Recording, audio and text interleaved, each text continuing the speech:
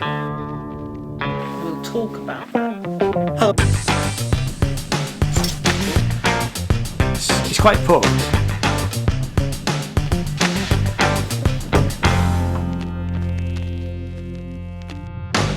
Hello, everybody. My name is Ian. This is the Sinners Review podcast.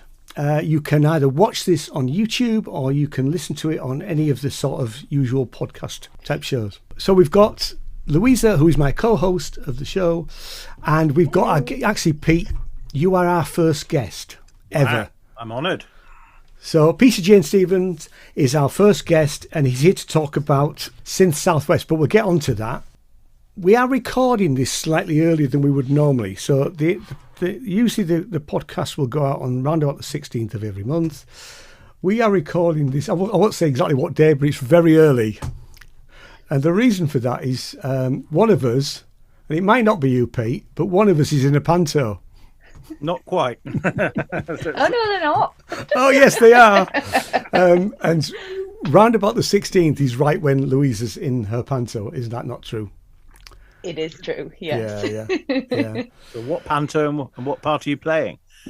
Oh, well, so I am part of a local amateur dramatics group called Melcher Music and Drama, and we are doing our annual panto, and this year it's Beauty and the Beast. Wow. And no, I'm not the Beast, but I'm also not Beauty. So I am playing the Rose Fairy, which, if you've seen the Disney version, doesn't actually exist. But in the script that we've got, basically, when the prince is turned into the beast, the Rose Fairy presents him with the rose and the option to be able to turn back into a human again if he, gets somebody to fall in love with him. So that's me. I'm trying to think, have I seen Beauty? Is the Beauty, it was all about the cartoon one?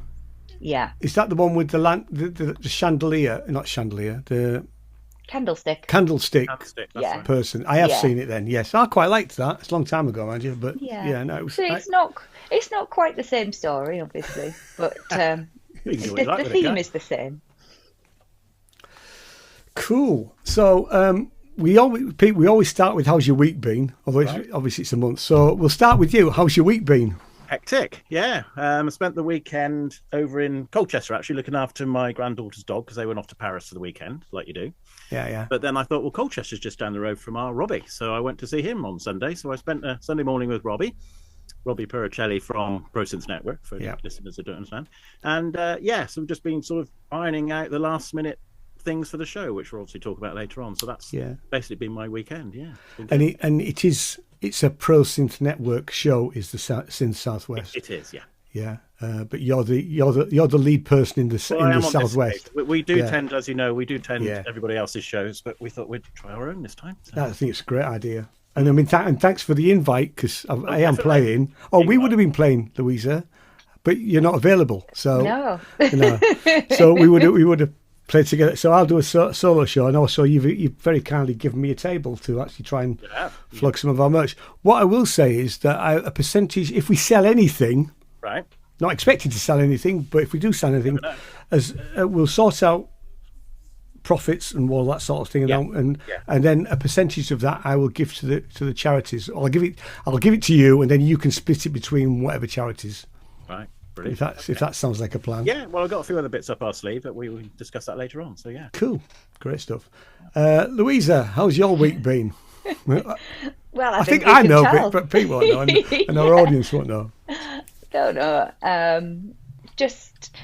I'm going to say my week at the moment, because it's the early part of the week, we're in the build-up to what is going to be a very busy week for me, just because our show opens next week. So we've got a lot of rehearsals this week, and then the weekend is going to be filled with tech rehearsals, final kind of scene builds, set painting, the tech rehearsal itself, and then we've got a dress rehearsal coming up. So I'm just gearing up to that this week, so trying to kind of do as little as possible till tomorrow, and then I'm till tomorrow when it all kicks off. So it's going to be very, very busy, but exciting. Cool. And we've been building up to this since October. We've been rehearsing from, so we're more than ready to do it now and show everybody what we've been working on. That'd be great, actually.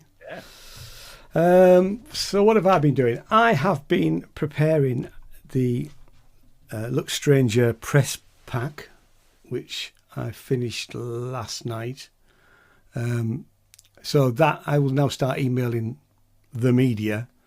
And I mean, originally the plan was to release everything on the 14th of February, but I can't get it all done in time. So we've pushed the actual streaming release back until 1st of April. I thought the 1st of April was quite a good, April Fool's Day. But that's just my weird sense of humour.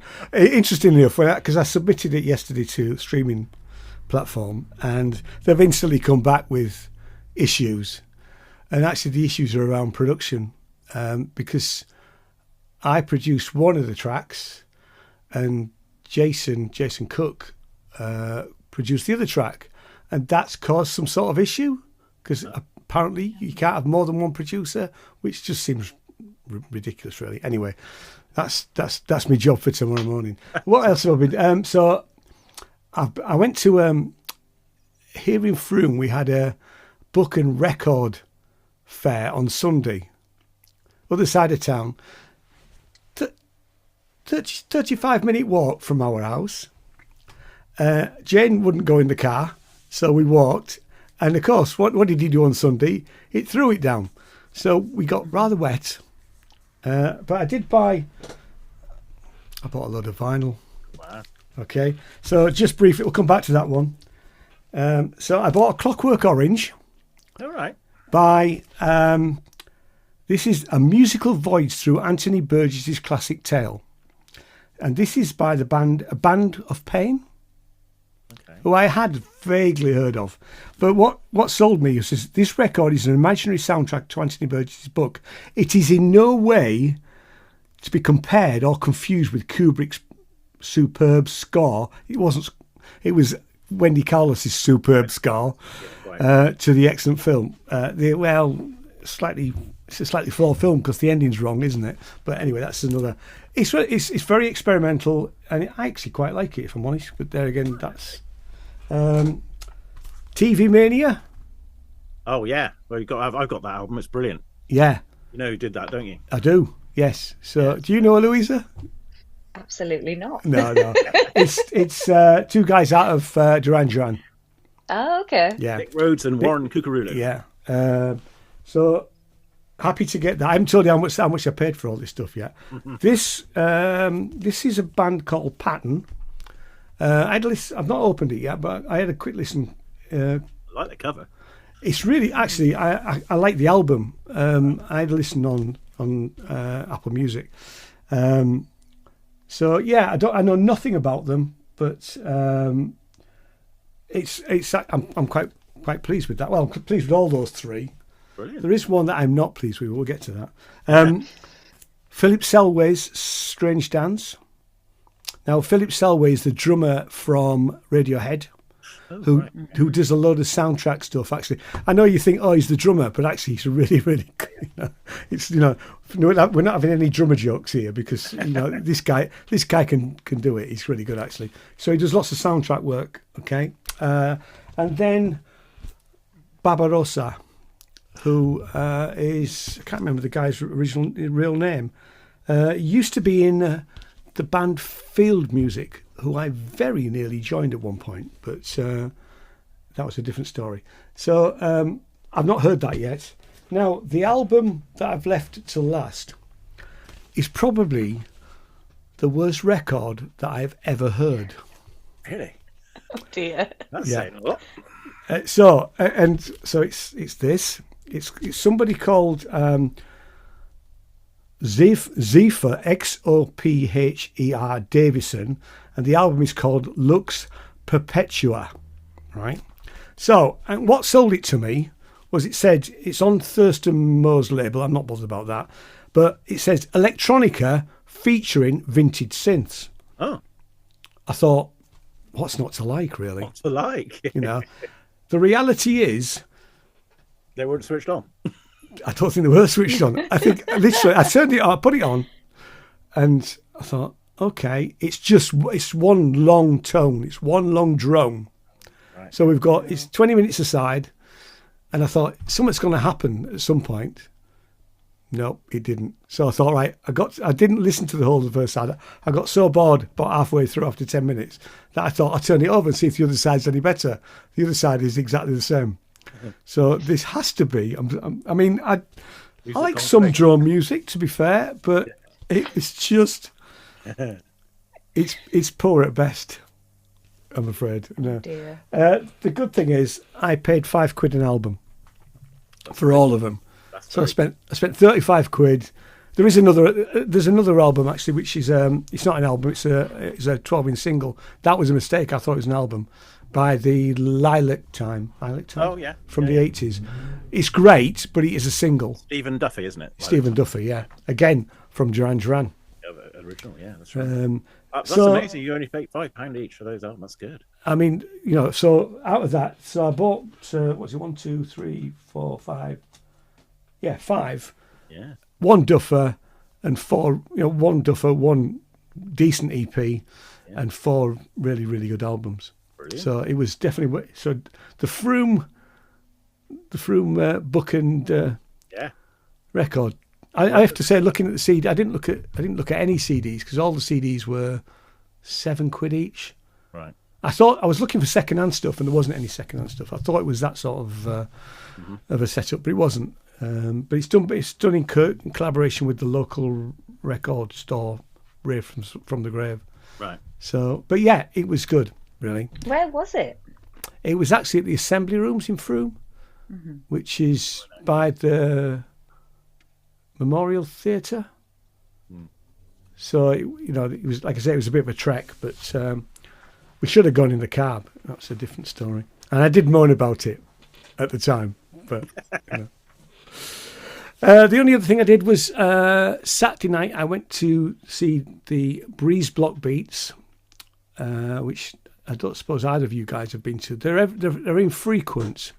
So Breeze Block Beats, it's like an electronic open mic, but there's fixed artists. There's never more than 5 artists. Everybody gets 20 minutes with a decent sort of break in the middle.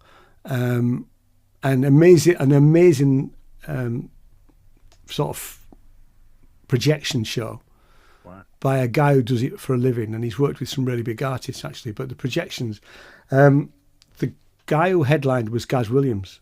So Gaz Williams came over from Bristol. Yeah. Louisa, you won't know Gaz, but he's well known to us in the synth community. So it was good to catch up with Gaz properly and have a natter to him and meet his lovely wife Fiona. And he played his modular system, and it was really, really good. Yeah. It was great, So the whole night was really good. I'm probably going to put my name forward for the next one, which will probably be May, I think.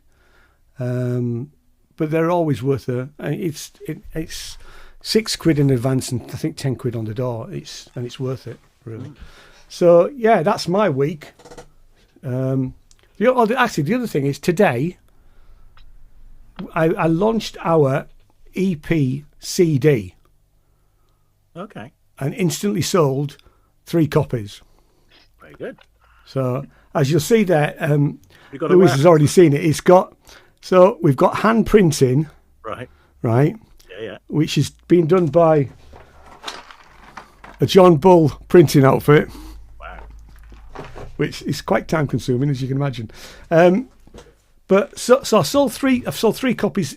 Well, I launched it on Bandcamp about 4 o'clock and sold 3 copies since then. So well happy with that. And I thought, well, I wonder how many streams would that be if it was streaming it. So those 3 albums, which have all sold for those 3 albums, they're 4 tracks, so they're EPs, which have been so they're sold for £3 each, right? And we would have had 4,500 streams to get the same amount of money. So it just long live the CD, eh? Absolutely, yeah. So the CD is back. The hand printed, in-house produced. I mean, I've got a CD duplicated down here. So music and art news. Well, I've said about the Look Stranger single release. We won't flog that dead horse to death, will we? But it is worth mentioning that depending on where and how you buy it, you get different things. So if you just stream it in April, 2 tracks, A-side and B-side. Okay. If you buy the download from Bandcamp, you get an extra track, which is a sort of story version. It's a remix of the broken track, and it's just like a story version. And if you buy the CD, you get all those 3 plus an extra track called extra instrumental track called Foggy November Day. That's probably why people are buying the CD, because it's they're getting more. Clever marketing, Ian. Clever marketing. Yeah, exactly. Yeah. So music news. I mean, Native Instruments. Yes. Bit of a worry. So, did you look at this, Louisa? Mm-hmm. I mean, I've dealt with Native Instruments stuff for a very long time. I've bought. Yeah, me too. I bought controllers from them. They bought Isotope, which Isotope is the main software that I use to mix and master music, and have done for years. So that's quite worrying. Mm-hmm. And although they call it preliminary insolvency, fundamentally they have gone bust. You know, they kind of got formed though, haven't they? For Have this they? sort of thing. Yeah, Have apparently. And it's almost a bit like, you remember when Rowley did it? Oh, don't get me started on Rowley. Well, we'll talk about Rowley. But it's the same sort of thing, I think. I don't know. But what's really worrying is all the developers that are using their platform. Yeah, That's exactly. the bit that's, And the staff, because there must be hundreds of staff. must be, yeah. You know, the Rowley thing. I was a dealer of Rowley at the time, because we had a hi-fi shop, and what happened there, Louisa? So Rowley make a very interesting Got one here. controller keyboard. Really, I never got on with it. I never liked it. That's a Rowley keyboard, right? So it's and it. I mean, actually, Gaz Williams described it as it's like playing dead flesh, Yes, and I would definitely agree. That's how it felt to me. So Rowley are this company. They're producing this thing. They're what's called their burn through rate. The way they are burning through money is eye watering. But they've got lots of backers at the beginning. Anyway, they go bust, but the owner starts up another company, doesn't he? Basically buys out. So those people that had invested lost their money, but Rowley, I think he must have bought the name with new backers, or I don't quite know the full details now. But it was very stinky. I think there's a term for that, isn't there? Phoenixing, it's called. Yeah. Where essentially, Rising from the ashes, yeah. Yeah. Just coming. Because you mentioned it you mentioned that last week, didn't you? Phoenixing. Maybe. I'd not heard that before. Yeah. But Yeah. so yeah. It's a perfectly legal practice. That's the. That's the problem, Yeah. isn't it? I mean, and I feel sorry. I feel sorry for the people that invested the money, because if you invest, if you've got money to invest, and the other thing is, you could turn around and say, well, if you've got money to invest, then it's at risk. Yeah. But But I mean, I've invested in a company, and actually, my son, it's my son's company, so son.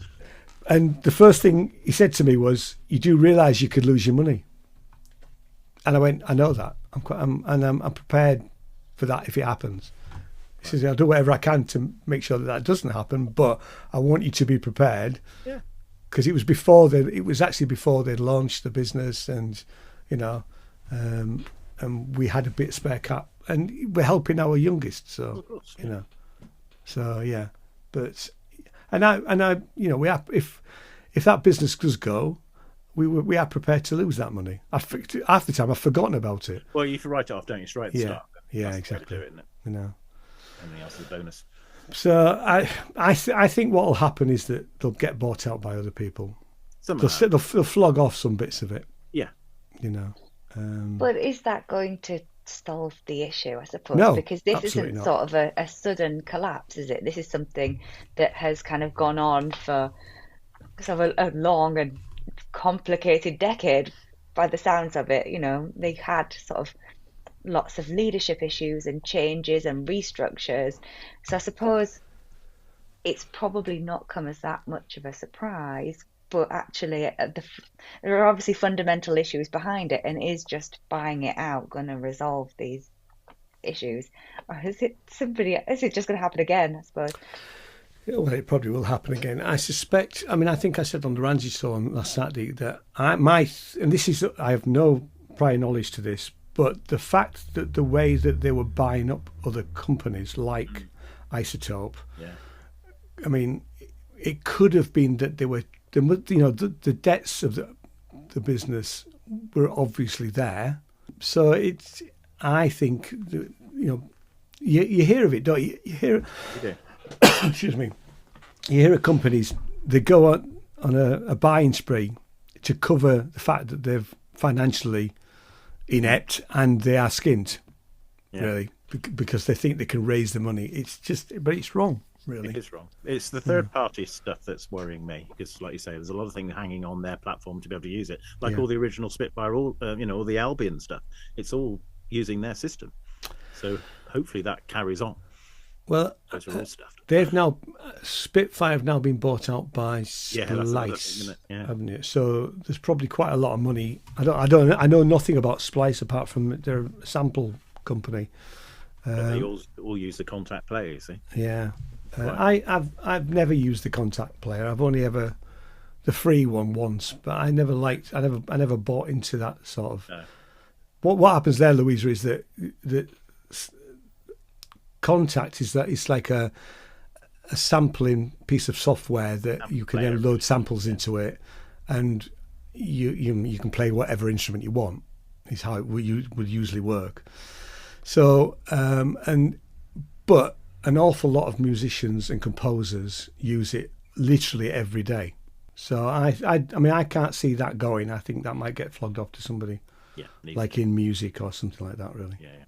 Do you think that this is a sign of the times, though, that actually it's native instruments today? Is it going to be somebody else tomorrow? Because it's tough out there, isn't Quite it? possible, Especially for tech companies.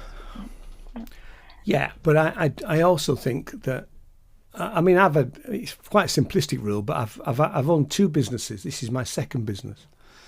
The first business I sold in the 90s. And that business, I was in debt to the bank for most of the 10 years that I ran it. And I stupidly did remortgage my house to keep the business going and all of that sort of business, which I would, in hindsight, was a really stupid thing to do. I mean, it didn't matter because, you could say I would have never let that go. But my rule is, if I can't afford it, I'm not buying it. Whatever it is, if it's stock or whatever it is, and that, I mean, the problem with an awful lot of businesses is that they get investment, they get other people's money, and they don't care about the fact that it's other people's money. It is what it is, I suppose, really. Yeah, I mean, I don't quite know how you fix it. I mean, the fact that we have a limited liability company system, whereas Sinners Music could go bust tomorrow and with massive debts, and I would be able to walk away free. That doesn't seem right. I mean, to be fair, I'd never do that because, like I've just said, if I haven't got money in the bank, I aren't buying it. But that's large corporations are doing exactly that. Sorry? A lot of these large corporations are doing exactly that, aren't they? Yeah, they are. But yeah, it's sad because it's another company that in the music industry that may go to the wall, but there'll be bits of it flogged off. Next, I've got another festival in trouble. I saw that. Yeah. So that's the main topic of these podcasts, isn't it? At the moment, we talked because our main topic last was the guy. What was his name? What was the name of the festival? From last. Anyway, I've forgotten. Anybody? Don't look at me. Anybody watching or listening to this, you need to go back and look at podcast 18 because we spent the main topic was all about this one particular festival where the owner did end up in prison. But anyway, that's all. So there's the teaser. Anyway, Wickham Festival. Do you know Wickham Festival, have you? No, it doesn't ring any bells. I've never heard of it. And I would say, being from the north, Wickham is in Gateshead. So I was fascinated to find out there's another Wickham. Oh, right, okay. I was like, I don't remember a festival in Wickham when I lived up there. Yeah, this I originally saw this as a little thing in Private Eye, actually. So, and then I did go and look at the actual company filing records, which any limited company, for those that are listening or watching, you can go and look at any company's accounts to some extent. Yeah. Yeah, if they're a limited company. And this guy Peter Chegwin, Cheggers we'll call him. Yeah. We better not. We better not. No. He's had history with this because he's almost been struck off several times. I'm just looking at it now. So there's a 24 with a compulsory strike off action. Now, for those that don't know about how this sort of stuff works, if you don't keep your accounts in order, then HRMC, or the company's house rather than HRMC, but will try and strike you off. Try and strike you off, yeah. And then what's clearly happened here is so there was one in 2024. There might be one earlier, but I can't see. Oh yeah, no, 2022. So the company who started the first micro company accounts was 2019. Yeah, so 2022, 2024, and then last year. As of the 14th of January, the compulsory strike action has been suspended. That probably means that they've submitted, or they've said they're going to submit their accounts. Or Inland Revenue have money owing. That's the other reason they do that. Is it? They want their money, and if they get struck off, they can't get it. Yeah.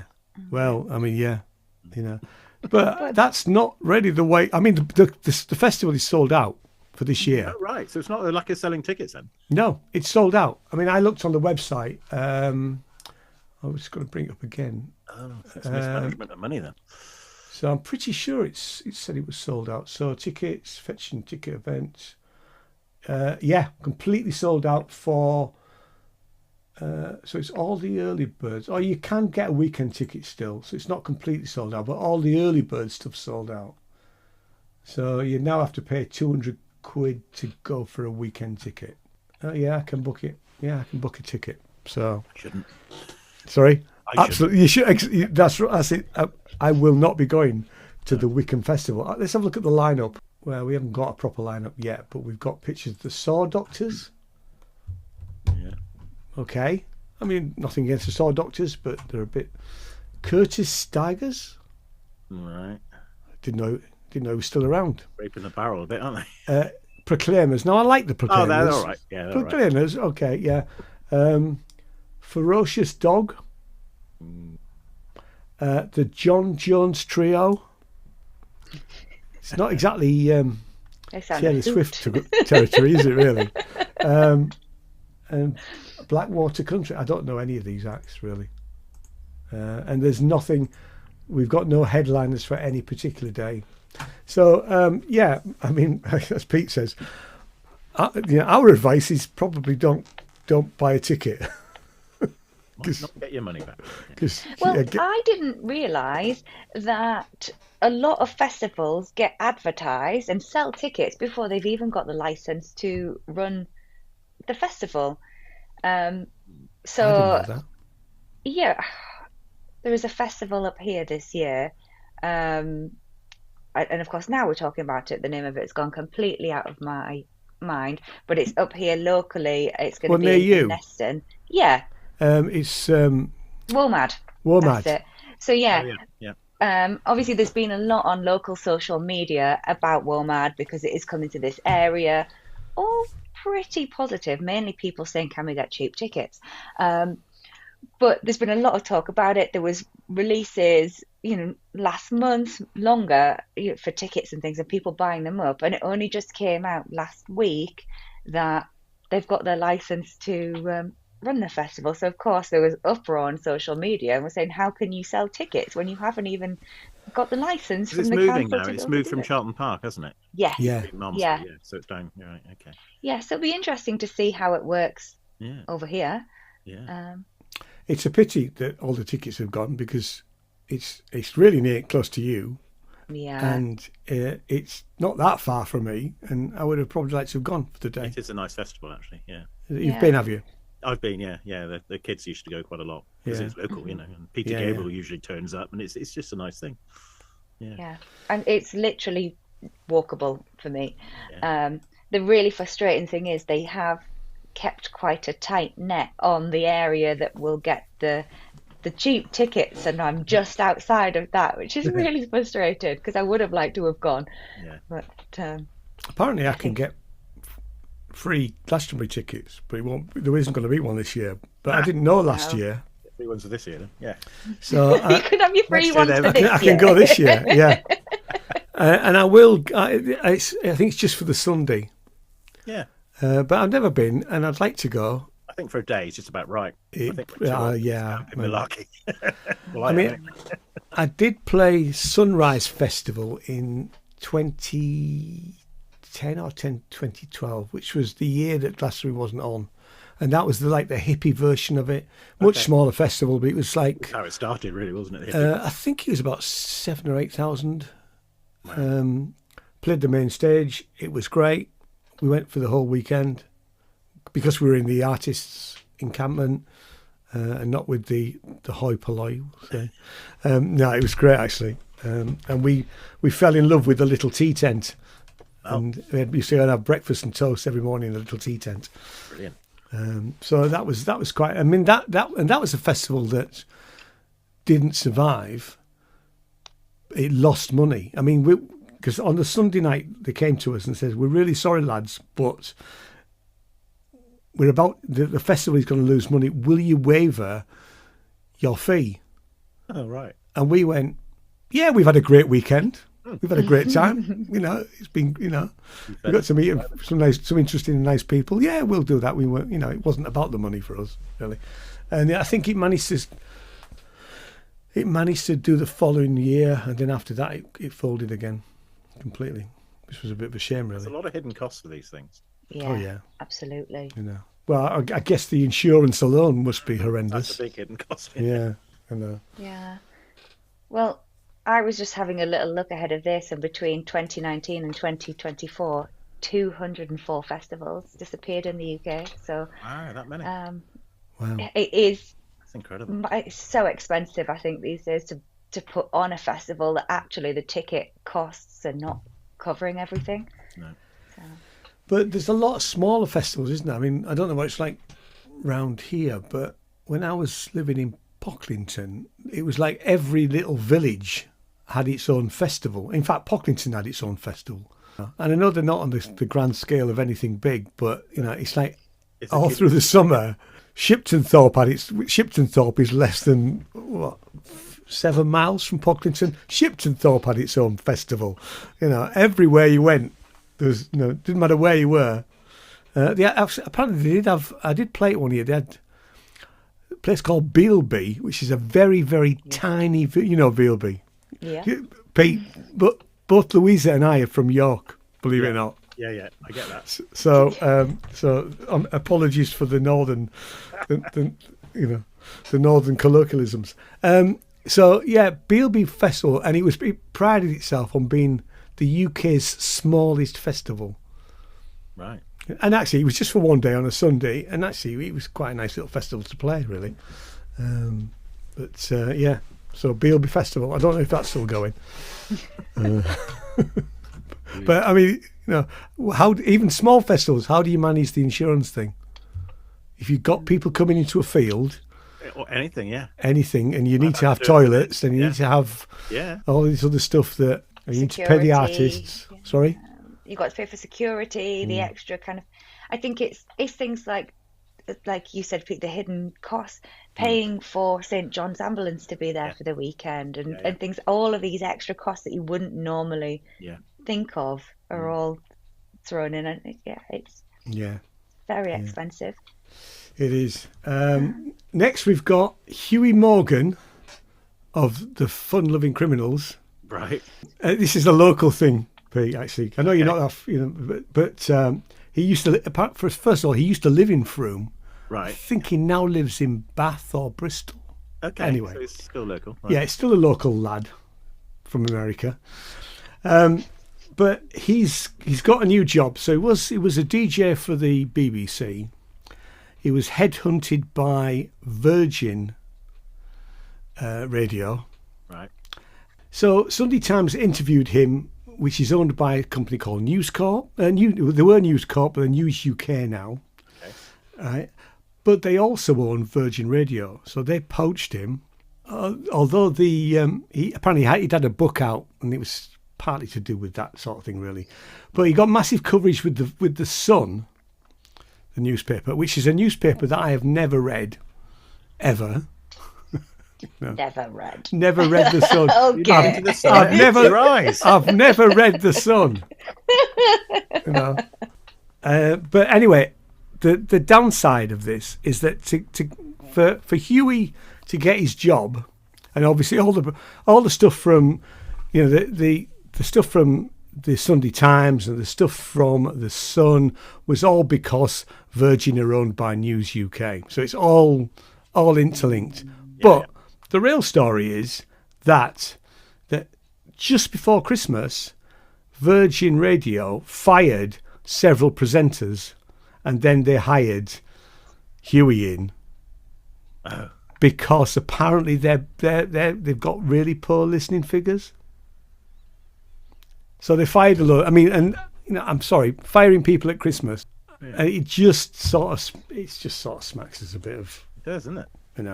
I mean, I'll be honest with you, I've never listened to Virgin Radio either, and I didn't listen to Huey when he was on BBC Six Music, was it? Probably Six Music. Yeah. Yes. Yeah. So, and I have to say, I have seen him in the Fun Loving Criminals, and it was a really good night out. The band were great. Years and years ago, obviously, because I think they're still going without him in America. Yeah. The rest of them.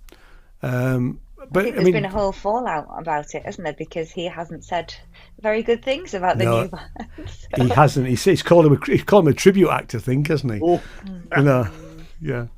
Which I mean, those early albums. I had the first 3 albums I had by Fun Loving Criminals. Like 100% Colombian and the one with Scooby Snacks on. They're really, really good. And when I saw them at the York Barbican, and their support act was a DJ who was just doing proper beat matching. So none of this stuff he just had two decks, none of the new technology you get to, but he was doing proper beat matching, and this guy was amazing. It was really, really great, So they were a really good band for me, but it just sort of smacked a bit of,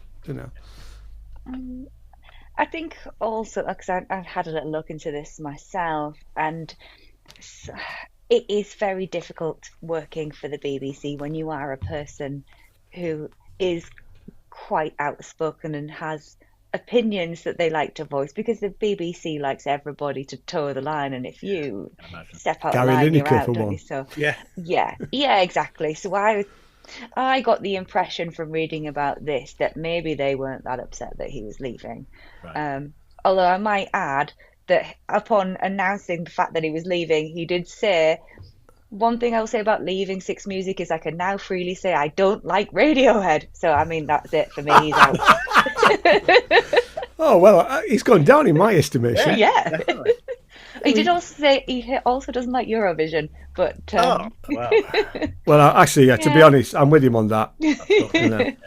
Yeah. We won't get onto it. We'll probably get onto Eurovision nearer the time, because... There's the whole boycott of Israel thing, isn't there? At least some countries have actually already pulled out. Anyway, okay. Yeah, that's a whole different. That's a podcast for another day, I think. Really. Yes, definitely. So yeah. But I'm quite upset about the Radiohead thing, because me too. Yeah, big Radiohead fan. The RSC, Royal Shakespeare Company. Now, I am not a fan of Shakespeare. I'll be honest. I've seen some really good Shakespeare. I saw Kenneth Branagh direct Macbeth Yeah. No, not Macbeth, Hamlet, actually. Hamlet, that's right. Yeah. Hamlet. And then I saw a really great production of Macbeth at York Theatre Royal by the York Theatre Royal Theatre Company. Mm-hmm. This is probably 20 years ago, and it was just 3 doors and a mound of sand and it was just absolutely riveting. It was brilliant. The actors were superb. But I'm not necessarily a fan of Shakespeare. I will be going to see Hamnet. Jane's been and said it was quite. Sarah said it was wonderful. Yeah, it's got mixed. It's got Jane was less than complimentary. She said it was a bit. The person that Jane went with didn't realise that it was actually meant to be Shakespeare. Yeah. So because he doesn't say it at the beginning, no, which just seems a bit. So I mean, yeah, it wouldn't. I went to see 28 Years Later. The Bone Temple instead. At the same time, actually, I would say. Jane went to one theatre, I went to the next one.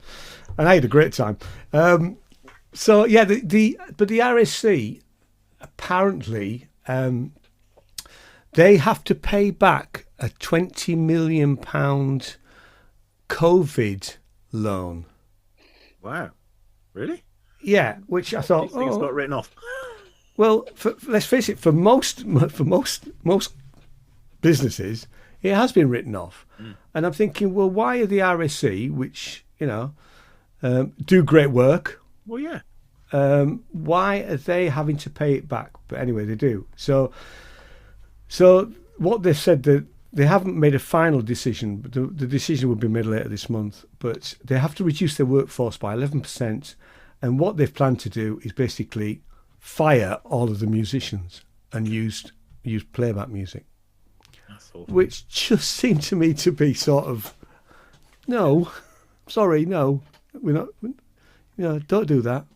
Although, not on all occasions, because they have also talked about just hiring musicians on a freelance basis, haven't they? Sort of on a production by production basis, so not scrapping the live music altogether, but not paying permanent members of staff. Yeah. From what I could gather. But I think if you've got in-house musicians and they're, they know their stuff. They know their stuff. Yeah. Exactly. Yeah. Yeah, it's like the Royal Opera House, isn't it? You've got to have your own musicians. It doesn't work else. No, I don't think it will work as well. I don't. By hiring. You, Louisa, you think differently.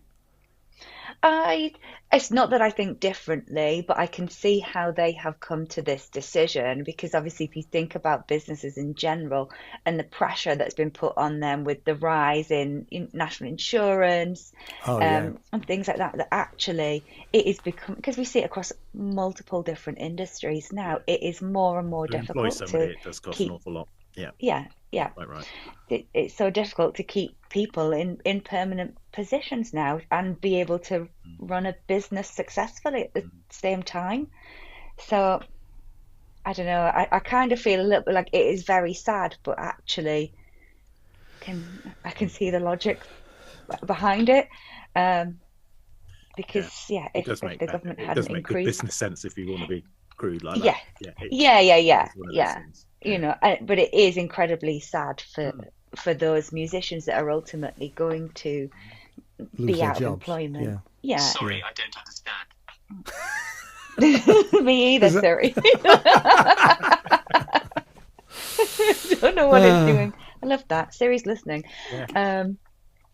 But yeah, I suppose the only hope is that some of those employees are potentially going to have freelance opportunities. But I suppose, how would you feel? Yeah. How would you feel as somebody who had a permanent job to then be told you can come back, but only every now and again when we feel like it?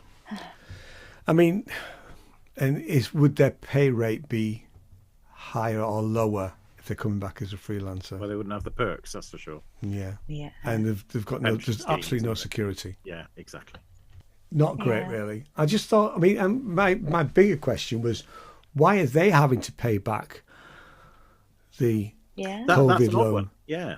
Because, I mean, I know the government have been trying to claw back illegal. Well, there was so much of it going on, wasn't there? People that were setting up limited companies just to claim the 10 grand. Yeah. Oh, yeah.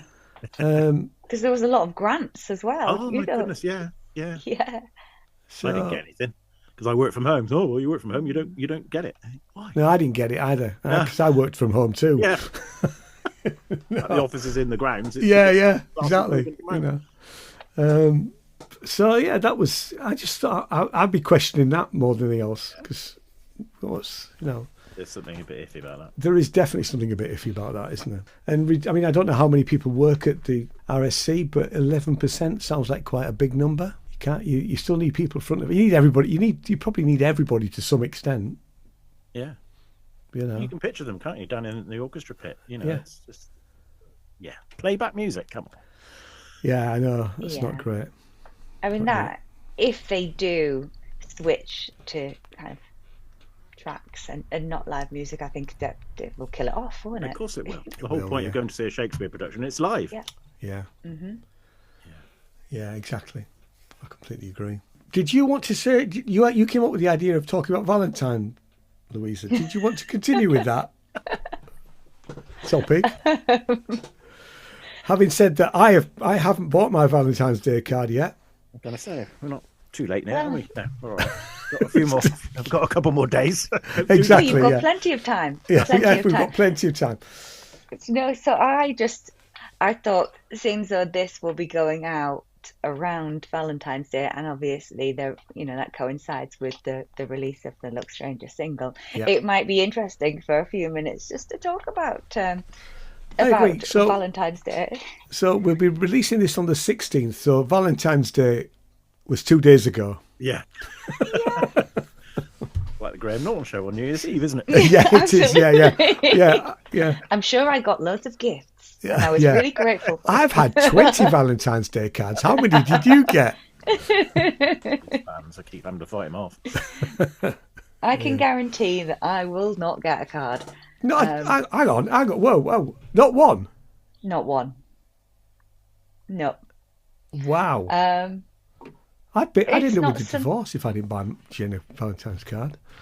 It's it's wrong to say it's not something that we would do, because we've gone through phases where we have and we haven't. And my husband actually proposed to me on Valentine's Day. Oh, so, you'd like to think that it was special, but no. Last year, I bought him a card, and instead of being all grateful, he was fuming because he said, we don't buy each other cards, and now you've made me look terrible because I haven't bought you one. So it was great. Did he buy you chocolates then? He bought me nothing. Okay. So we'll do a little gift, like a small. I mean, Jane stopped eating chocolate, so there's no point in me buying a chocolate. But I have in the past bought her a plant because she likes plants. It's a much better gift. Yeah. So I went to and chose a plant. Yeah, and she was dead happy with that. It was it's less than a £5, and we're not spending.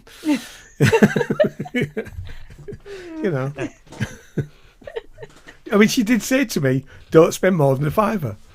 Okay. So it was. I was in the direction. So but so yeah. That.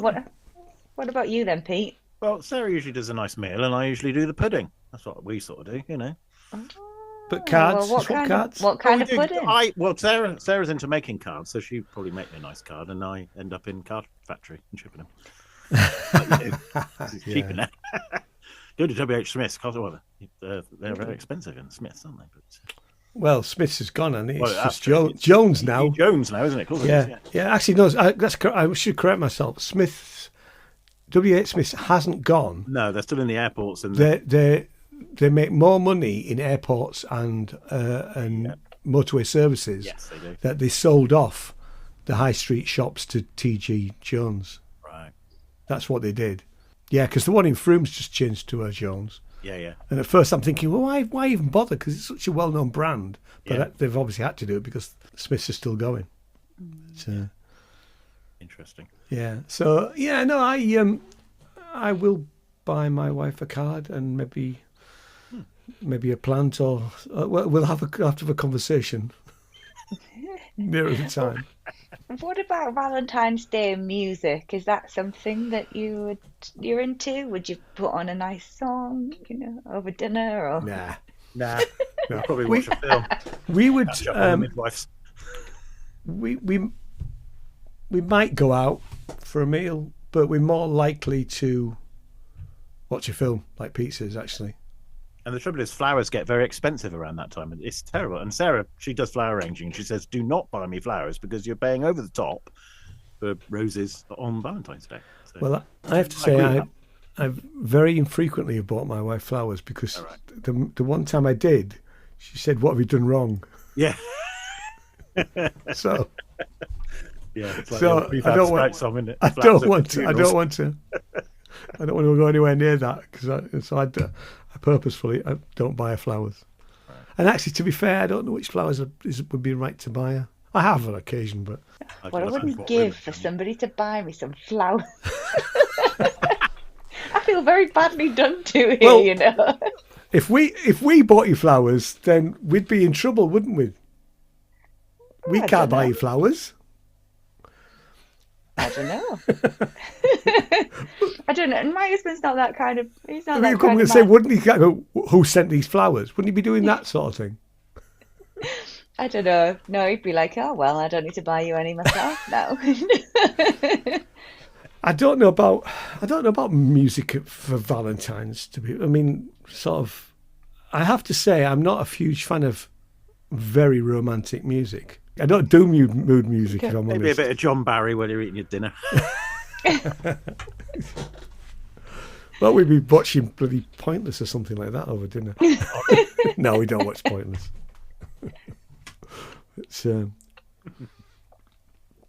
But would you prefer to have sort of Valentine type music? Do you know what? I would just like somebody, well, one person in particular, who's not listening to this, or it's fine. I can moan.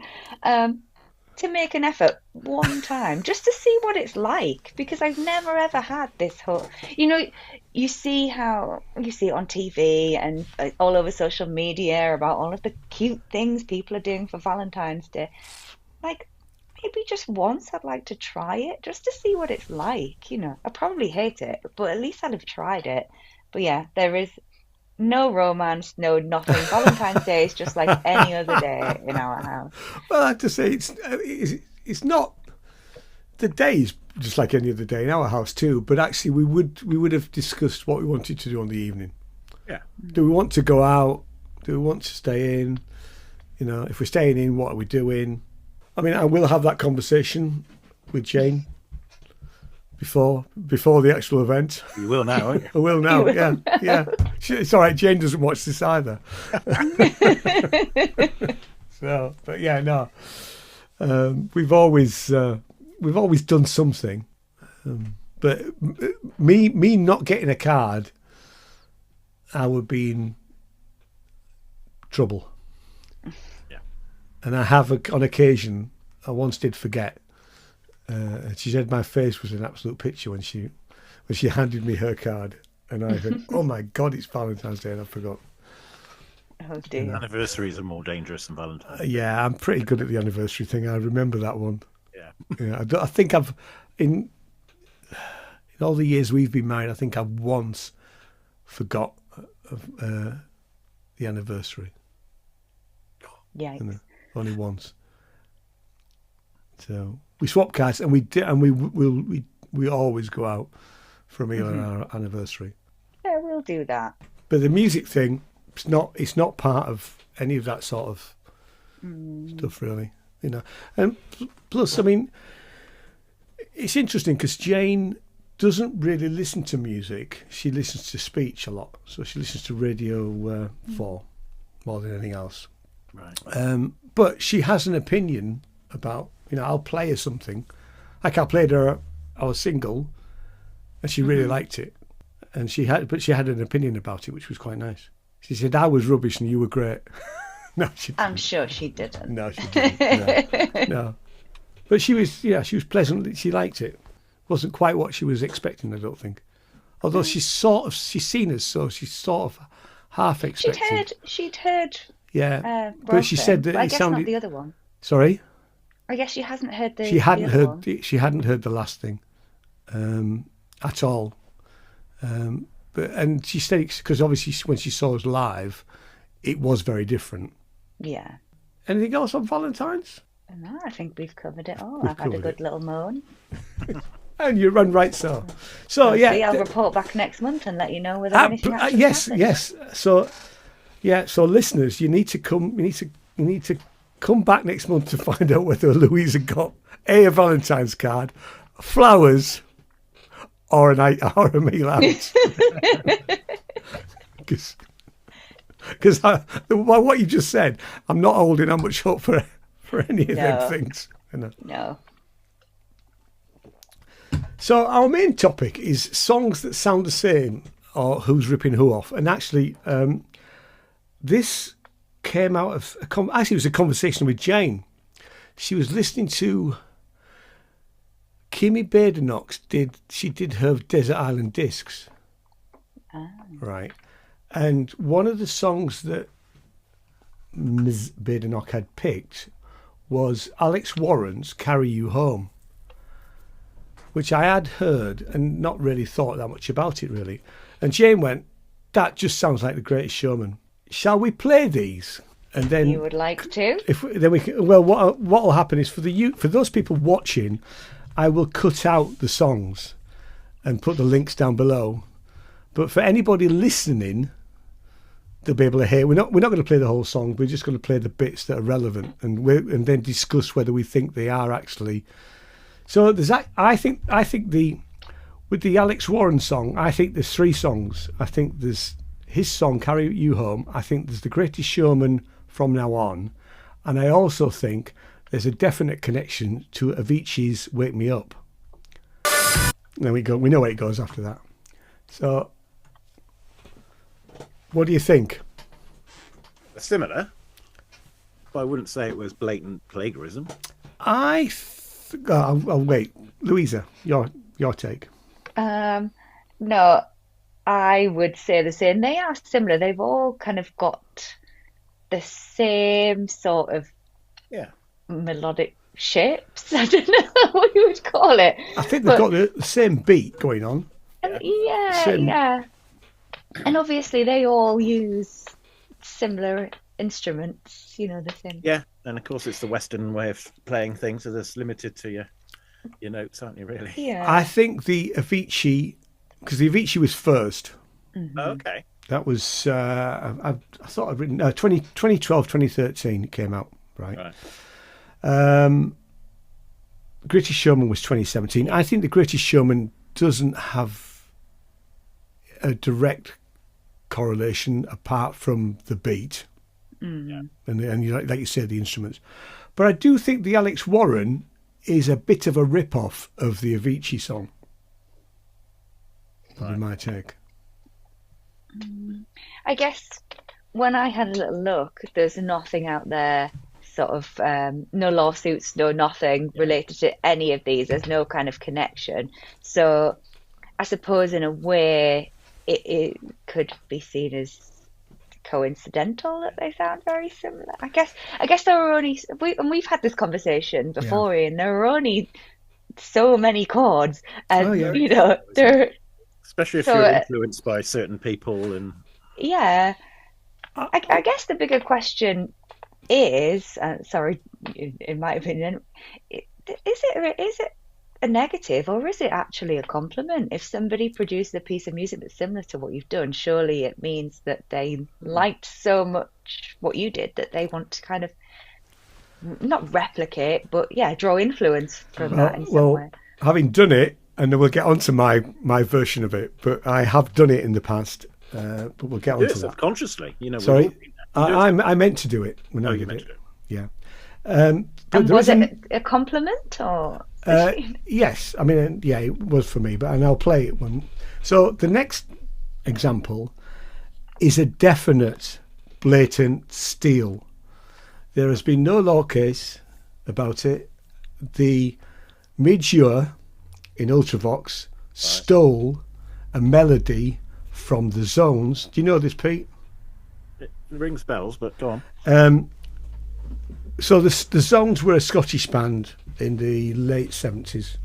And Midge Ure, who had played with one of the guys in the band in an earlier incarnation, produced their first album. Right. And then when Ultravox came out with him, fundamentally he stole the melody. There was no court case about it. And if you look at who wrote it, the songwriters out of the Zones are not credited. For me, they should be. And the only guys credited with writing him by Ultravox are the 4 members of Ultravox. So let me share my screen again.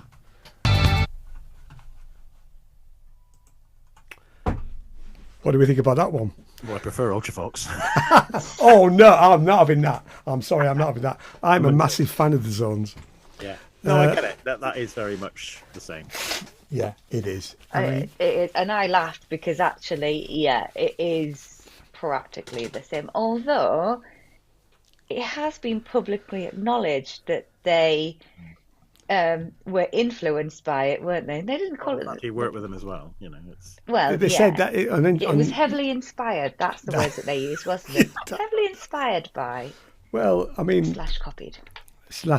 I mean, I suspect that the guys from the Zones haven't got the financial clout to take them to court. Yeah. I mean, I think it's quite a shame that Midge didn't, give them credit. Give them the credit and a share of the royalties for that song. It wouldn't have hurt, would it? No, really. It's a great song. The cynic in me would say something else went on. That's what I think.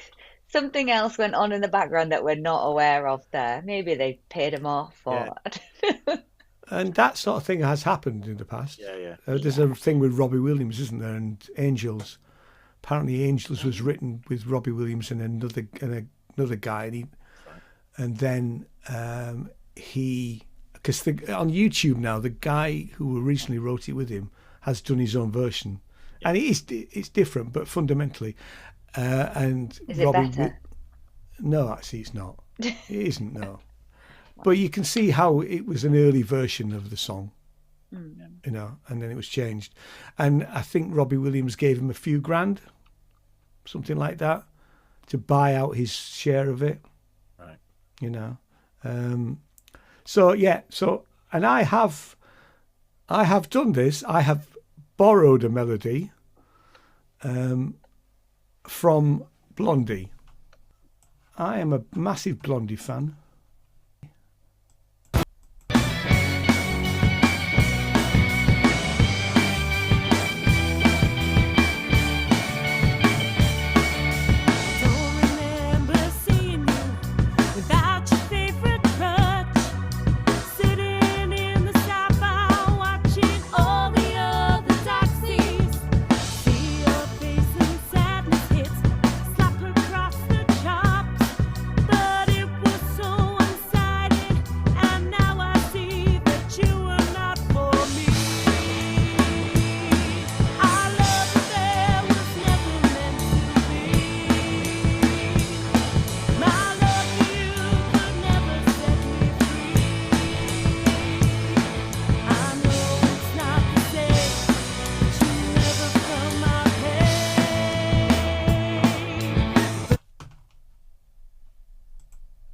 So you did, didn't you?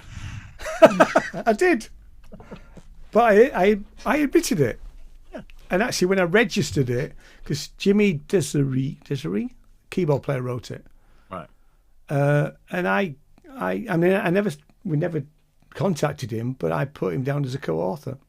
I mean, he's never made any money, so nor have you. Neither have I. But I'm sure that. But again, you've done the right thing, haven't you? I did what I felt was right because you can't copyright a chord sequence, but you can copyright a melody. Yeah. And it's always about the melody. Yeah. But yes, I did. I was inspired by 11:59 to write So One-Sided, and and then credited him, which felt like the right thing to do at the time. Yeah. So, is there anything else on this particular subject? I mean, I know that who's the ginger guy? Yeah. He's been sued a few times, hasn't he? He has. Mm-hmm. Apparently, he video records every songwriting session he has now, so that to stop that. Yeah.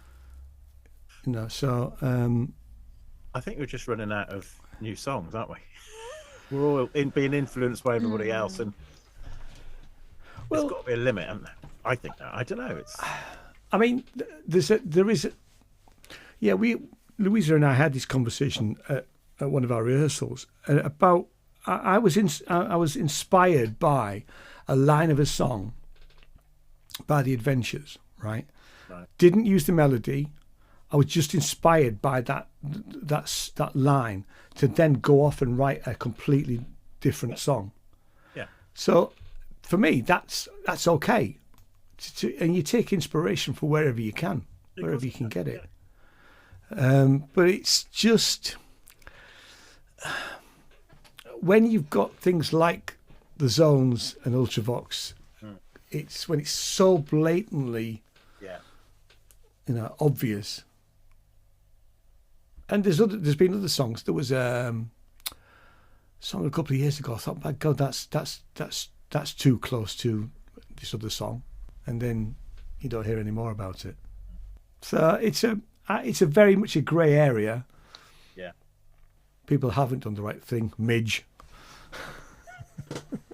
In this case, like you say, Louisa, it could have paid him off. Yeah, he could have. Yeah. Could have done. Maybe that happened. Whether he did privately, we don't know. Yeah, exactly. I mean, I guess as I was thinking about Robbie Williams and things like that, at this point in time, before they've released their music, they don't actually know how well it's going to do. No, there is that. So it could have been that, I'll pay, especially, if that person that wrote it doesn't have a huge income or salary, then it's certainly not going to be on the Robbie Williams style of salary. No. Having Robbie Williams going, here's a few grand, I don't know if this song's going to work. They might be like, great, I've made a little bit of money, then not realising actually how big a hit they'd actually. But it's a gamble, I suppose, isn't it? So yes, I know there was that case with the Verve, wasn't there? Bittersweet Symphony. Yeah, with the Rolling Stones. They've only just given that to him. They've only just given him. I mean, obviously, it's a massive hit. Yeah. I don't know the full details, but didn't they tried to clear it and somebody screwed up and it wasn't cleared? Yeah. They didn't clear the sample. So it is Bittersweet Symphony, the song, isn't it? Right. Yeah. So Great the Verve put out a song. It's got this sample of the Rolling Stones song in it, and the management of the Rolling Stones, which may well have been Alan Klein. Don't quote me on that. Who was apparently very litigious, sued and got all of the royalties for their hit, their main hit, actually. I know they had Drugs Don't Work, but that was their really big breakthrough hit. And they've never earned any money up until last year, I think it was, where Jagger and Richards finally handed over the rights to it. Now, if somebody screwed up and didn't clear it properly, then, I mean, to take all of the royalties, yes, share the royalties. Yeah, but we're talking about the Rolling Stones, who don't really need the money. Exactly. Yeah, I mean, fair enough. If you've used a sample in your song and it's a crucial part of the song, and then you share the royalties with with Jagger and Richards, not steal it, not stealing, but not take the whole thing. Which is exactly what they did do. And Richard Ashcroft got nothing until last year. Anything else on this? Everybody happy? Mm-hmm. Right, Pete. Tell us about South. Waited a long time for this. Sorry, Pete. We probably should have done it. Where is this? We probably should have done it earlier. That's all right. We've been making people wait for it. Yes, well, we are doing our own show, as you know, because you played the trailer on your last podcast. Yeah, and I'll stick it on at the end of this as well, so it'll be there again. Yeah. No, the tickets are selling well. We've so basically it's in two parts. We've got a day's expo. It's down in Devon, by the way. It's in a little seaside town called Dawlish. It's a nice part of the world. It's easy to get to. You've got a railway station there. You've got 4 or 5 trains a day from London, Midlands, so there's no excuse. You've got car park just around the corner, lots of guest houses and hotels ready to take you, no problem at all. So yes, we're going to have the expo in a little, quite a nice venue actually, called the Strand Centre. And we've got it's a growing lineup, but we've got music sort of manufacturers of kit, we've got enthusiasts, and we've got a few people singing and playing music. So in fact, you're one of them. I am. For the daytime. So I haven't started preparing my set yet, you know. Haven't you? Oh dear, you better get on with that then. So 7 we've weeks. I'll just give you a bit of a list of what we've got so far. We've got Pro Synth Network will be there with Yay. their merch stall. And then we've got Kent Spong. He won't be there in person, but we've got a video link up for Kent because he likes to stay at home, does our Kent. Yeah.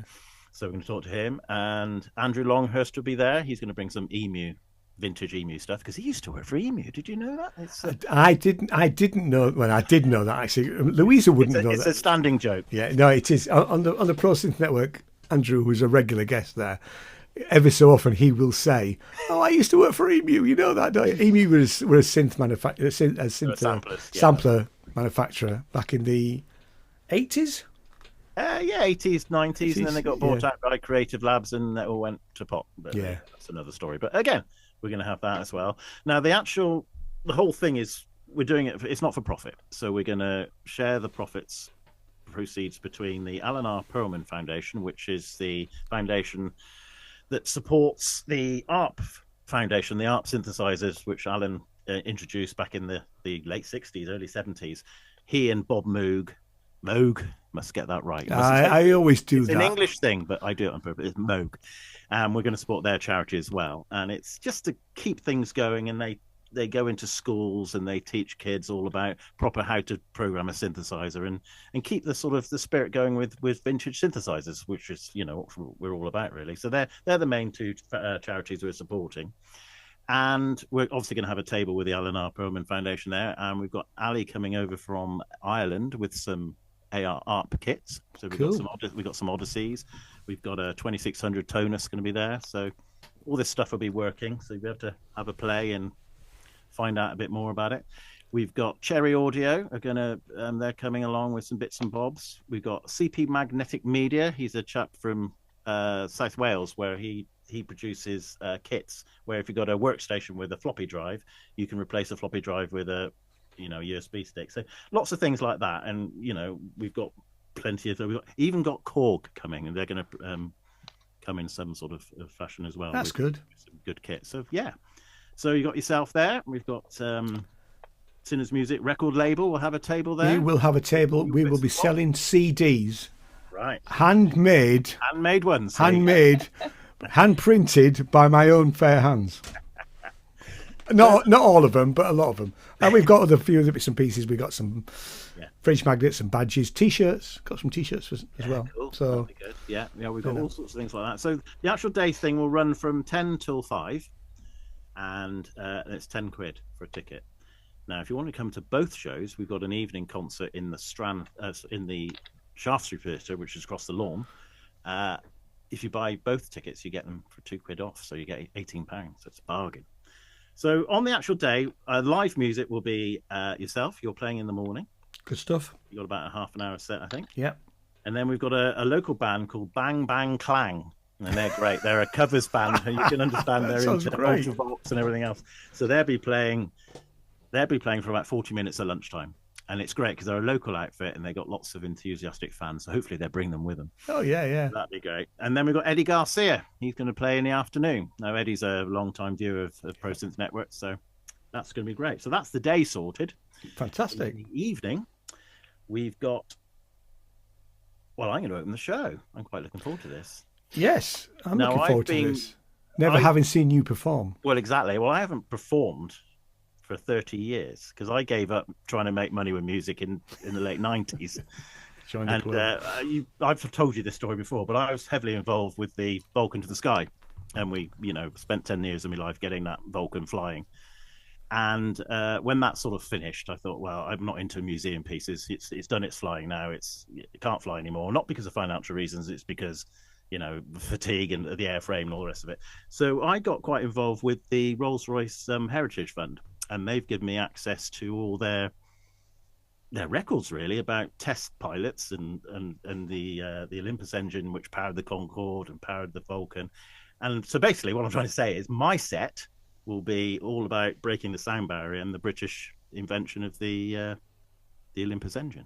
So that's going to be quite good, I'm thinking. I'm quite looking forward to doing that. Looking forward to seeing that. Got a bit of visuals with that as well. And then after my little set, we've got then Dr. Mike Metley. And anybody that knows Mike, he's an author, writes some brilliant books. He's on the show quite a lot. He's a force. I think we'll call him a force of nature. You're quite right. He's flying over from Colorado just to be with us, and he's going to play. He's got a special guest coming with him, so that's going to be interesting. And then we've got Ty Unwin. Now, if you don't know Ty Unwin, he does most of the BBC soundtracks and bits and bobs. You know the dinosaur, the last dinosaur. The dinosaurs, yeah. He's fed up with that. Yeah, I mean, I used to take the mickey teasing him with it and teasing because my dinosaur is up here, and every time Ty came on screen, I would get my dinosaur down because he was working on that project for months and months and months. Yes, So he's going to play for us as well.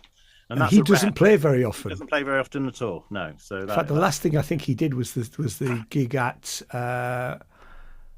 in Bristol at that's right, the Sonic State night. Yeah, which years ago. That was 2016. Yeah.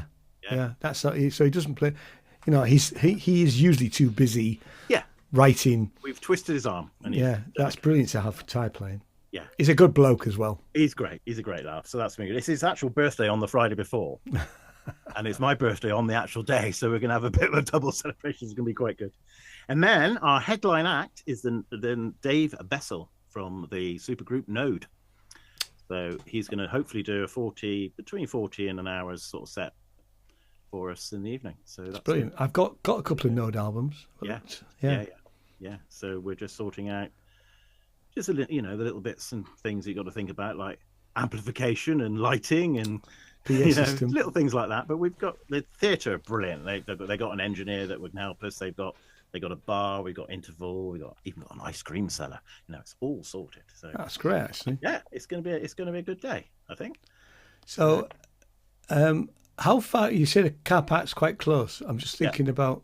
It's not 100% sure that I'm actually coming in the car. I'm hoping to come in the car because I'm carrying a bit of gear. Or I may be on the train. I know the train station's not that far. No, because I did have a look. I'm staying at some pub at the end of that square. Oh, I know. Yeah. I think, but I know it's not got a car park. So will I be all right leaving my car in the car park the whole time? Car park's very good. It's safe. It's 24 hours, and it's literally 3 minutes walk from both venues. Brilliant. And it's a £5 for 24 hours. Oh, well, that's sorted then. Yeah. I just need to make sure that Jane hasn't got the car. Yeah, no, that works well. And you can drive up to the bottom. There's a nice ramp that goes into the Strand Centre, so you can unload and then park your car out of the way. Great. It's a little one-way street, works street. It'll be good. Yeah, I think so. It's going to be our first. Like you say, we go to all the other shows. In fact, we're doing Synth East the month before this month, actually, and on the 20th of Feb. So that's Synth East in Norwich. So Louisa, I need to drag you to a synth show. Yes, you do. I think you need to come to Bristronica next year. This year. This year. Yeah, great. Well, here's a story. So there's a free show in London every year called the Synth and Guitar Pedal Show. And 2 years ago, Jane came with me, and she lasted less than 5 minutes before turning around and going, I'm going to go and meet the boys for lunch and I'll see you later.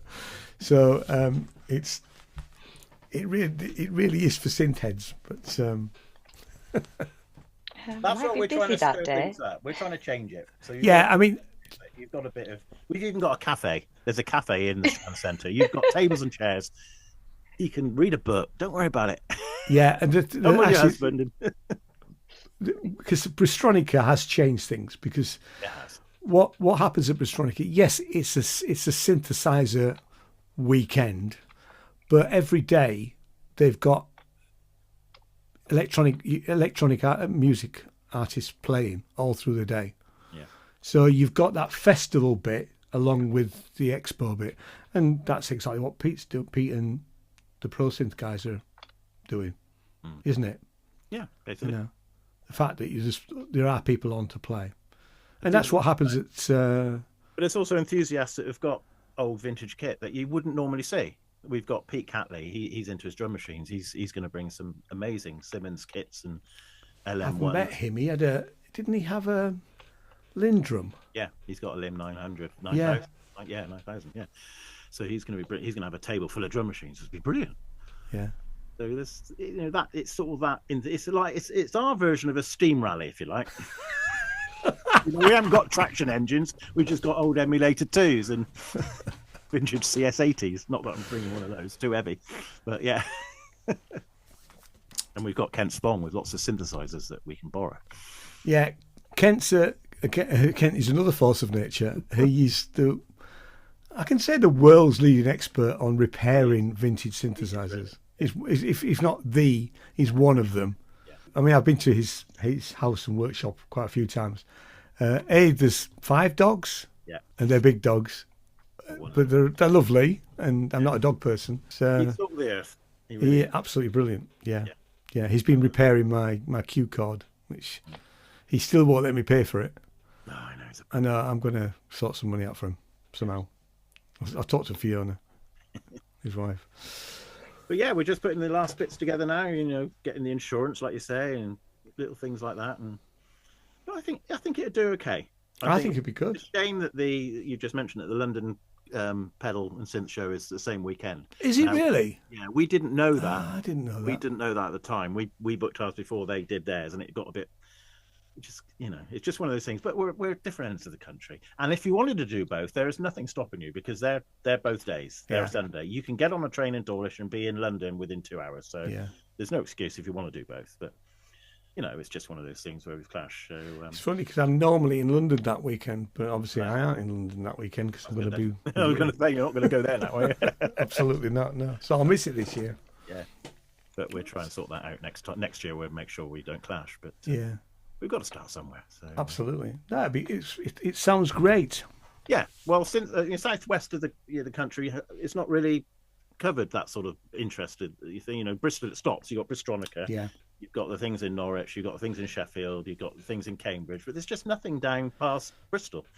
So, and there's quite a few enthusiasts. Plymouth. Well, there's the whole of Cornwall, isn't there? Exactly. Yeah. Well, that's where Dave Bessel's coming from. He's from Land's End.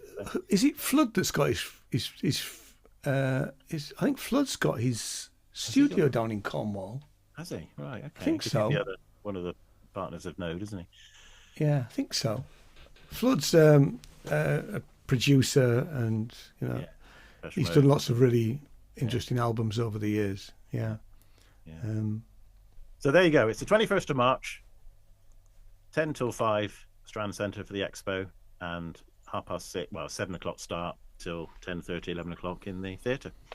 Buy your ticket how do now. People buy tickets? The tickets are on our website, which will probably a link on it. I'll put the link down below in the description. Yeah, nice and easy. Yeah. And I've bought my ticket, and I bought it for the weekend for the both events, and it was very easy to book your ticket. Right. I must admit, I was going to ask somebody because I haven't booked one, obviously. No, of course you haven't. No, I did. Easy. I thought the least I can do, you give me a table. The least I can do is buy a bloody ticket. Right. And it was very straightforward.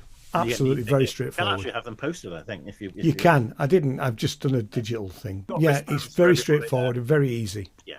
So you can come and go. There's plenty of things to do in Dawlish. There's lots of little tea shops. You don't have to spend all day, and you can just come and go when there's things on. I'm looking forward to going back to Dawlish because as a kid I had lots of holidays there. Yeah. Camping obviously staying just outside of the town. Yeah. But for years, it was our base for a week, and then we had a week in St Ives. Right. So week in Dawlish and a week in St Ives. So I'm looking forward to going back. It hasn't changed. It's 1985. Well, I don't remember it. I mean, I was, I think we stopped going there when I was about 10. So, my father we had this little mini van, and we would drive down overnight, leaving on Friday night. Oh wow! Yeah. And trying to get past Exeter. Yeah. Before the M5. The old 38. Yeah. Yeah, and getting stuck in traffic jams and me him falling asleep and my mother elbowing and saying, "Wake up, Dennis." Cars are moving forward. This March, Dawlish becomes the beating heart of electronic sound. Welcome to the Pro Synth Network's Synth Southwest Expo, a celebration of synthesizers, sonic exploration, and live electronic music. Join us on Saturday, March the 21st at the Strand Centre, Dawlish, for a day packed with synth demos, modular rigs, hands-on gear, workshops, and showcases from passionate creators across our region. Join us here at the Strand Centre for the Expo during the day.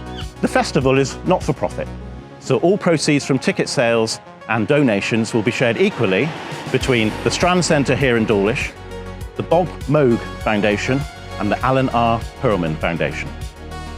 Whether you're a seasoned sound designer, a curious beginner, or just love cool tech and great vibes, there's something for everyone. And when the sun goes down, the sound comes alive. So the music will continue here at the Shaftesbury Theatre, where we'll be showcasing music from electronic artists from around our community.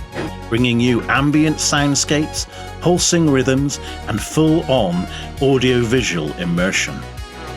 So join us, won't you?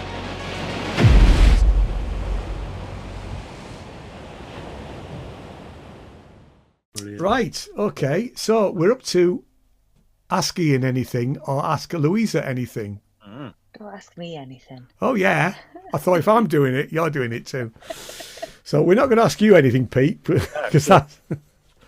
So, Louisa, you can ask me anything. Well, so it's always weird with the ask anything, isn't it? Because I could literally ask anything. Absolutely I'm not going anything. to be awkward. I suppose one thing I had been thinking about actually, question-wise, is if you could collaborate with any artist, living or dead, who would it be and why? There's got to be more than one anyway. First one that comes to mind is David Bowie. Why? Because I think it'd be really good to be. I mean, when we say working, I mean I'm thinking writing. Okay. Yeah, I was going to say, because there was kind of a follow-up question that I had, which is what kind of collaboration would you love to see happen with? For me, it would. I mean, I don't want to just play with somebody. I want to actually write something with them. Mm-hmm. So that would be. I'm not interested in just being on stage with somebody, I guess, really. It would be sat in a room together, like McCartney and Lennon used to do, and writing a song, really. So yeah, David Bowie, definitely. Because I just think it would be really good to try and write with him. Anybody alive? Nobody comes to mind, to be honest. So nobody that you've got sort of a secret hero. Yeah. Taylor Swift. I'd like to be in a room writing a song with Taylor Swift, because I know if we wrote a song together, it would be a hit. Yeah. Because whatever you say about Taylor Swift, she does write. Not all the songs are great, but she does write really good. You can't knock her, can you? Absolutely not. And she's incredibly hardworking. And having seen the documentaries. Yeah. Yeah. So no, I mean, it would have to. Yeah, it would have to be David Bowie. Nobody else really. I also think you shouldn't. I don't really have heroes. And I don't like the idea of meeting heroes, if you've got heroes, because they will always disappoint you. Now, my favourite band, as you know, Louisa, is Talk Talk. I do not want to be in a room with Mark Hollis. Well, you won't now, will you? Exactly. I've got, well, except for David Bowie, really. Yeah. But having what I've read, Yeah. he was a genius, but he was. I mean, but he wasn't necessarily the right person to be in a room writing a song with. Yeah. I mean, interestingly, he wrote a song with one of the keyboard players that was one of the session musicians in Talk Talk, and then didn't credit him. Oh, really? Yeah, and because we had a brief conversation. He says, "You know, I did co-write that." I said, "Yes, I know you did. We did this over Messenger." I said, "Yeah, I know you did, but you never got credit for it." He said, "Oh, no." And then he refused to work with Mark Hollis again. Right. You know, so I think, because for me, it's about working with nice people as well. And I suspect, David Bowie had his demons in the early days, but I suspect fundamentally he was a decent bloke.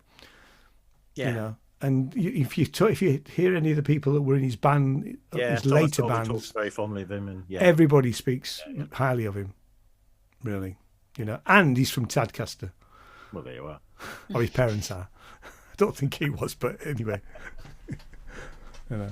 So he's got Yorkshire heritage. So yeah, that's mine. Mine for you is. No. Oh, here we go. Yes, it's scary, isn't it? So name a song from your teenage years that you still listen to now.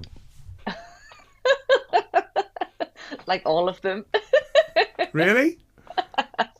Or I'm still stuck in that kind of. I'm stuck in that little. I like to call it my millennial bubble, because the only songs that I listen to and the only songs I like to really sing or perform are millennials. I was thinking, this is sort of diverting a little bit, but still sort of on topic. A lot of people like to sing in the shower. My favourite thing is to sing in the shower. Excellent acoustics. And bearing in mind, I have not been a Westlife fan since I was, a teenager, 11, 12. Yeah. All of a sudden, a Westlife song came into my mind, and I sang the whole song and remembered all of the lyrics. And I was like, I haven't thought about this song, for 25 years.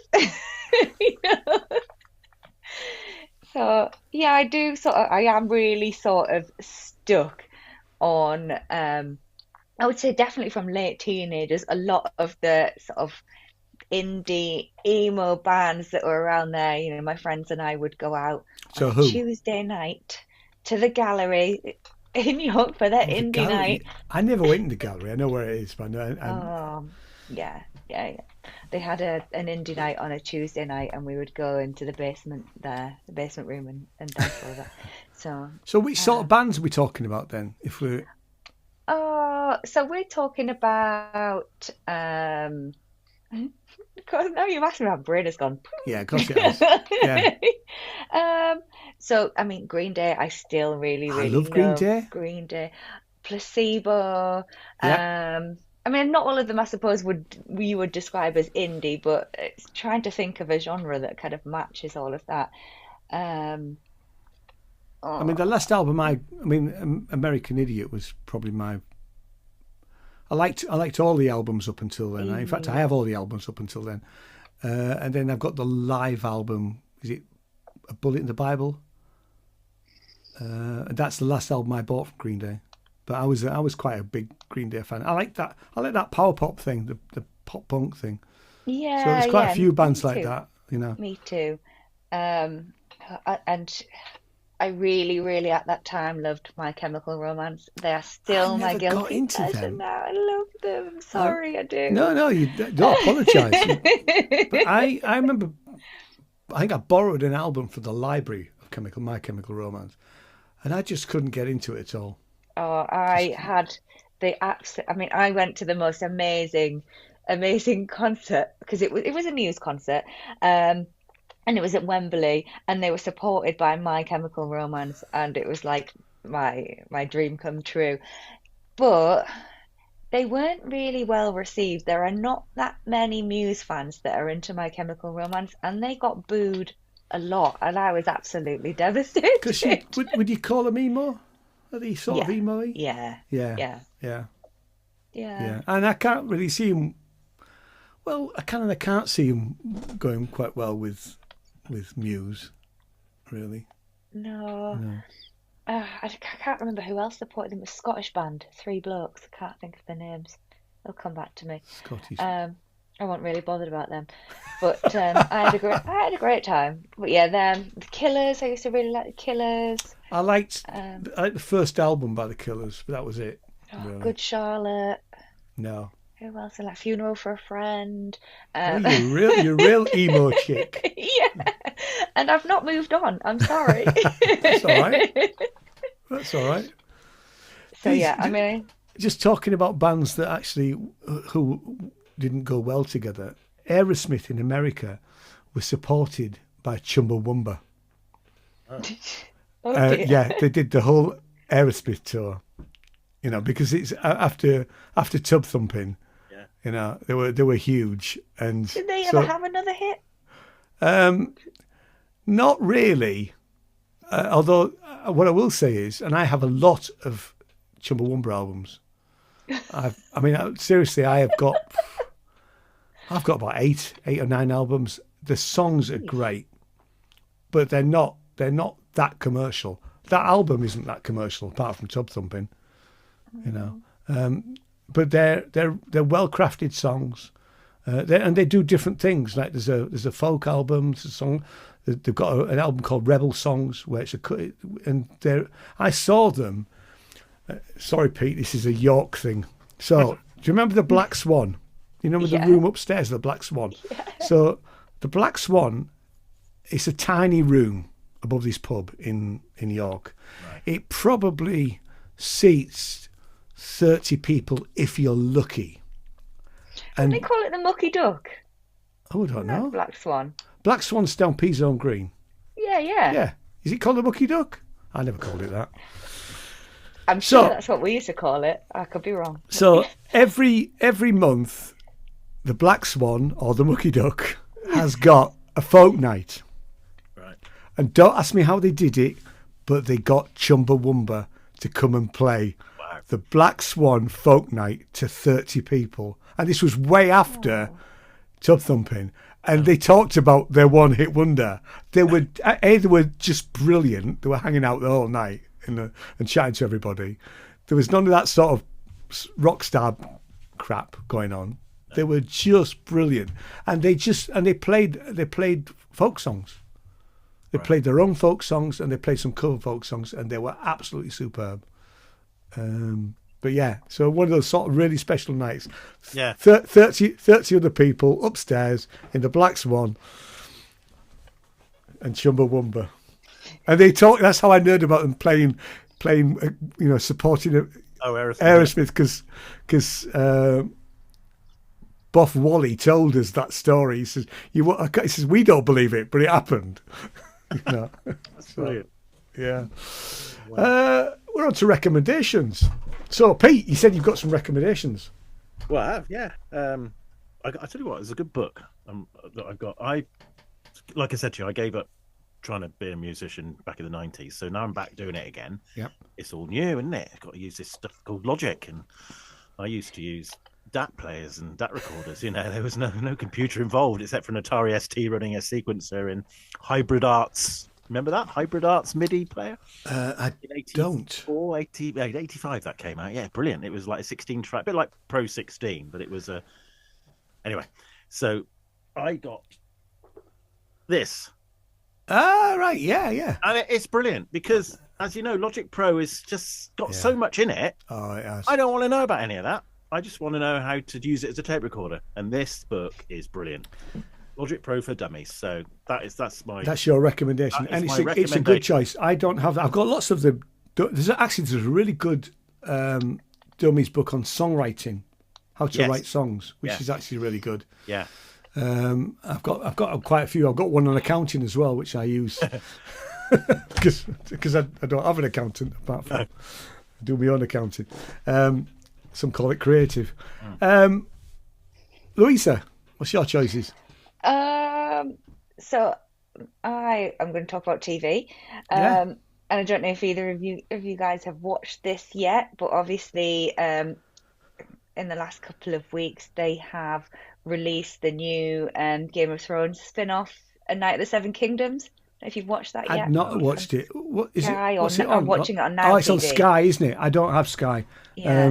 But yeah, I'm watching it through Now TV. Yeah, I'll have Now TV at some point in the future, but not yet. Yes, yeah. So Is it yeah. good?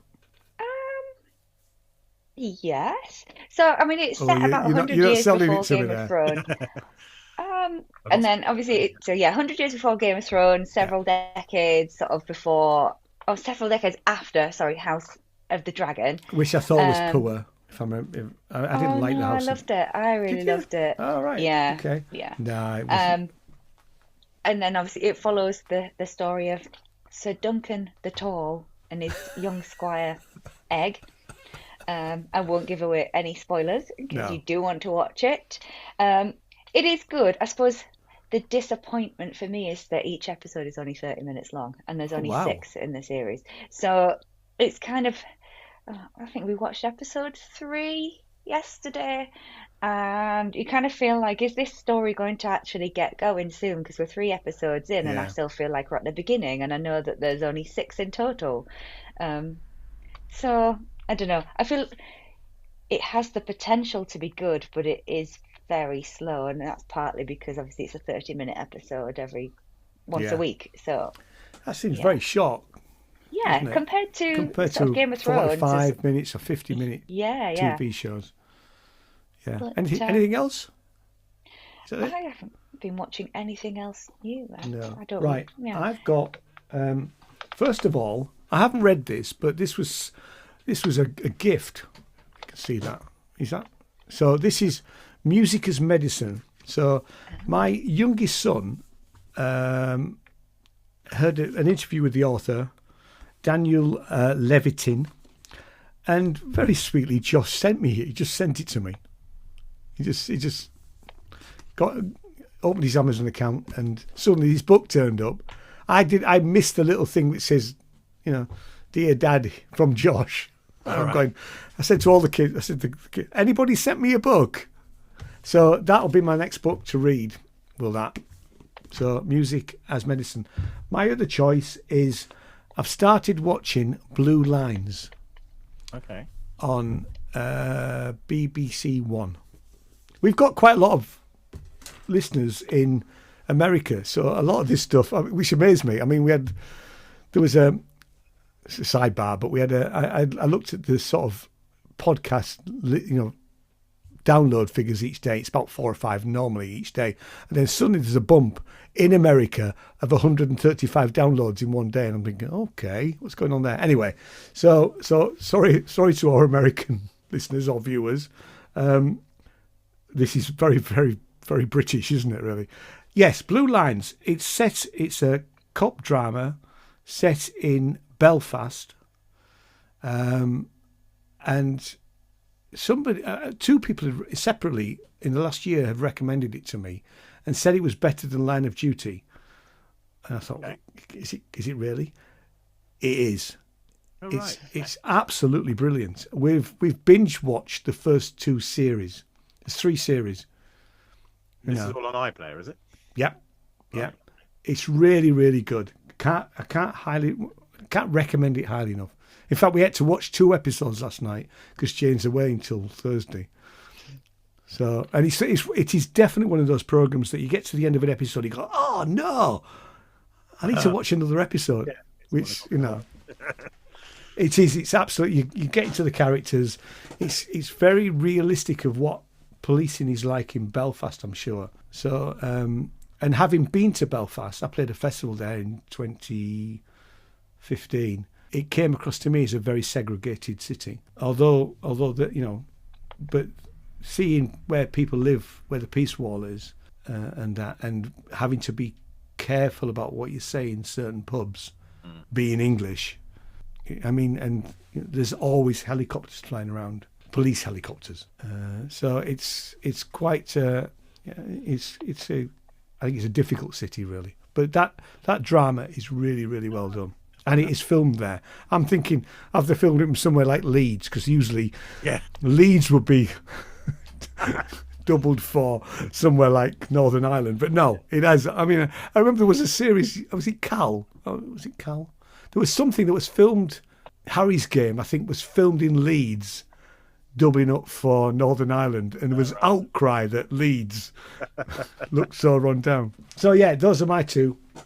So, I got one more TV. Oh, one, yeah, go. And that is the new series of The Night Manager. And that is cracking. That really is cracking. No, you see, I enjoyed the first series. Well, the first one was based on the book. This one is totally exactly independent. And I thought, well, do I really want to go? Well, I thought the same as you. I thought they can't, it's finished. But no, I won't say any more than that. It's right. Okay. And Sarah's I've only just started season 1. I think we've watched the first 2 episodes because obviously season 2 is out and everyone's saying you should watch it. So we've started. Yeah. Series 1's really good. Yeah. Yeah, I really enjoyed it. Yeah. No, there's quite a twist at the end, so it's worth watching. I'll say no more. Good stuff. So no spoilers here. I think we're done, aren't we? Unless anybody's got anything else. No. So thanks very much, guest number 1. Thank you very much. Honour for being it. Yeah. Come back anytime. I will. How about next week? So but thank you. It's been absolutely fun. It's been fun. It's been great. Thanks everybody for watching or listening. It will be available on the 16th of February. Thanks very much. See you all later. Bye. Hope you all had a nice Valentine's Day. Yes, happy Valentine's Day in the future. Bye everybody. Bye-bye.